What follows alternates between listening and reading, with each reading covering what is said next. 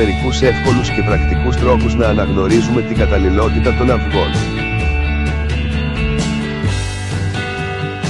Τα αυγά αποτελούν το κύριο συστατικό για τα περισσότερα από γλυκά αλλά και φαγητά που ετοιμάζουμε στην κουζίνα μας.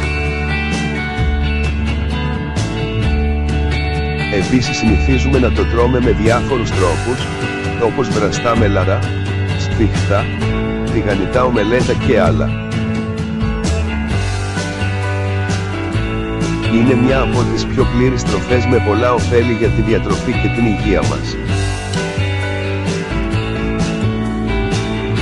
Όσοι από εμάς όμως, μπορούμε να αναγνωρίσουμε ένα φρέσκο από ένα πιο παλιό αυγό, επίσης πόσοι μπορούν να αναγνωρίσουν ποια αυγά είναι κατάλληλα προς βρόσιμη και ποια όχι.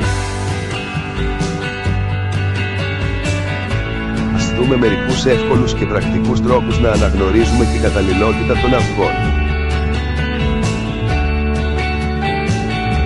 Στη παρακάτω εικόνα φαίνεται ένα αυγό, ποια θα είναι η συμπεριφορά του, ανάλογα με την ηλικία του, αν το βυθίσουμε άβραστο και όχι από το ψυγείο, σε νερό.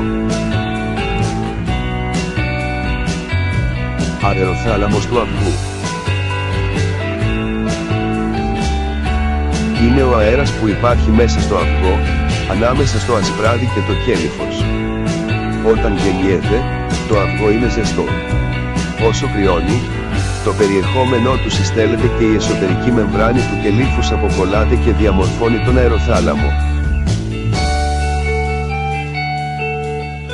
Ο όγκος που καταλαμβάνει ο αεροθάλαμος μεγαλώνει με την πάροδο του χρόνου, αφενός διότι εισχωρεί αέρας μέσα στο αυγό από τους σπόρους και αφετέρου επειδή η υγρασία του ίδιου του αυγού μειώνεται και δίνει χώρο στον αέρα να εξαπλωθεί περισσότερο. Έτσι, όσο πιο φρέσκο είναι το αυγό τόσο πιο λίγο αέρα έχει. Άρα ένα φρέσκο αυγό ξεφλουδίζεται πιο δύσκολα από ένα πιο παλιό αυγό όταν είναι βραστό και σφιχτό. Εάν σηκώσετε ένα αυγό και το κοιτάξετε στο φως, μπορείτε να διακρίνετε τον αεροθάλαμο, στο κάτω και πιο φαρδί μέρος του αυγού. Στα λιγότερο φρέσκα αυγά ο θάλαμος αυτός είναι πιο μεγάλος σε σχέση με ένα φρέσκο αυγό. Μέθοδος παλιά και ίσως όχι τόσο εύκολη ασπράδι ή αλβουμίνε. Αποτελεί το 67% του βάρους του αυγού. Περιέχει περισσότερη από τη μισή ποσότητα της συνολικής πρωτεΐνης. Με την πάροδο του χρόνου, η πρωτεΐνη αλλάζει μορφή και το ασπράδι αραιώνει. Γάμα γιώτα, και τα φρέσκα αυγά παρουσιάζουν πιο συνεκτική υφή στο τηγάνι. Εάν, λοιπόν, το αυγό είναι φρέσκο, το ασπράδι και ο κρόκος του θα παραμείνουν σφιχτά ενωμένοι, με τον κρόκο να έχει το σχήμα τρούλου. Όσο λιγότερο φρέσκο είναι, τόσο το ασπράδι γίνεται πιο νερουλό και το σχήμα του τρόκου πιο επίπεδο. Και πάλι, όμως, τα αυγά εξακολουθούν να είναι βρόσιμα και δεν υπάρχει λόγος να τα πετάξετε.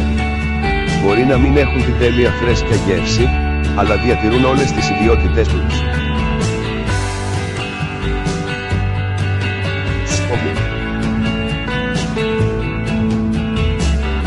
Είναι, επίσης, σημαντικό, να ελέγχουμε τα αυγά όταν τα αγοράζουμε, να είναι απολύτως άφικτο το τσόφλι τους.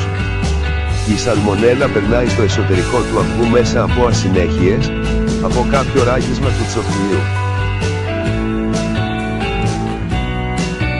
Εάν βρείτε κάποιο ράγισμα σε αυγό, και τόσο πληρεί τους υπόλοιπους κανόνες υγιεινής, φρέσκο, από ελεγχόμενη παραγωγή, δεν υπάρχει λόγος να το πετάξετε. Χρησιμοποιήστε το για να φτιάξετε κάποιο μαγειρεμένο φαγητό. Η υψηλή θερμοκρασία σκοτώνει το πολύ επικίνδυνο αυτό βακτήριο.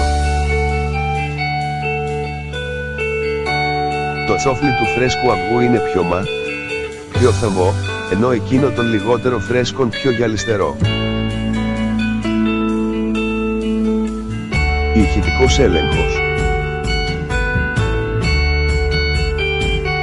Εάν πιάσουμε το αυγό με τον αντίχειρα και τον δείκτη και το ανακοινήσουμε δίπλα στο αυτί μας, στο φρέσκο αυγό δεν πρέπει να ακούσουμε τίποτα. Αντίθετα, από το παλιό αυγό θα ακούγονται διάφορα περίεργα τσακ, δείξει ότι ο κρόκος χτυπάει στα εσωτερικά τυχώματα του αυγού. Επίσης, σύμφωνα με τον ΕΒΕ, ο χρωματισμός του κρόκου εξαρτάται από τη διατροφή και δεν επηρεάζει τη θρεπτική και βιολογική αξία του αυγού. Αποφεύγετε να αγοράζετε αυγά με ακαθάρτο, παγισμένο και μη φυσιολογικό κέλυφος. Αποφεύγετε να καταναλώνετε αυγά με κοιλίδες αίματος, με ασπράδι θρομβόδες, χρωματισμένο, ανακατεμένο με τον κρόκο και με δυσάρεστη οσμή. Για την καλή συντήρηση των αυγών που αγοράζετε, μην τα πλένετε αλλά διατηρήστε τα σε δροσερό χώρο. Μετά το βρασμό τους τα αυγά διατηρούνται υποχρεωτικά στο ψυγείο. Βασικός κανόνας: πλένουμε πάντα τα χέρια μας, αφού πιάσουμε αυγά. Όπως και τον πάγκο της κουζίνας όπου τα είχαμε ακουμπήσει. Πριν βγάλουμε τα αυγά από τη συσκευασία τους για να τα τοποθετήσουμε στο ψυγείο, ή και κάθε φορά που θα τραβήξουμε έξω κάποια για να τα χρησιμοποιήσουμε, πρέπει και πάλι να έχουμε πλύνει τα χέρια μας. Δεν λερώνουν μόνο αυτά, μπορεί να τους μεταφέρουμε εμείς το πρόβλημα, πιάνοντας τα με χέρια που έχουν πιάσει και ένα σωρό άλλες βρωμιές.